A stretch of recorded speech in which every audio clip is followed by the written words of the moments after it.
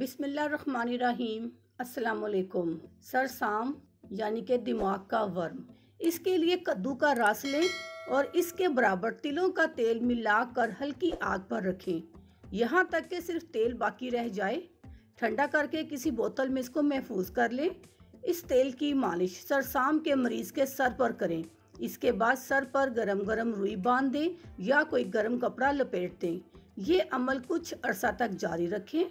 इससे मरीज़ को सरसाम यानी दिमाग के वर्म से छुटकारा मिल जाएगा।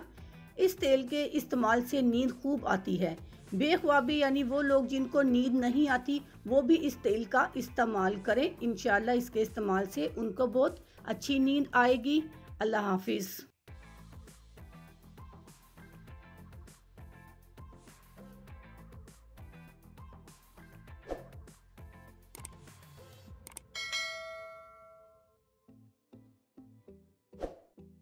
अगर आपको हमारी वीडियो अच्छी लग रही है तो हमारे वीडियोस को लाइक करें और अपने सब दोस्तों से शेयर करें और साथ हमारे चैनल ऑनलाइन रेमेडीज़ को सब्सक्राइब करना ना भूलिएगा।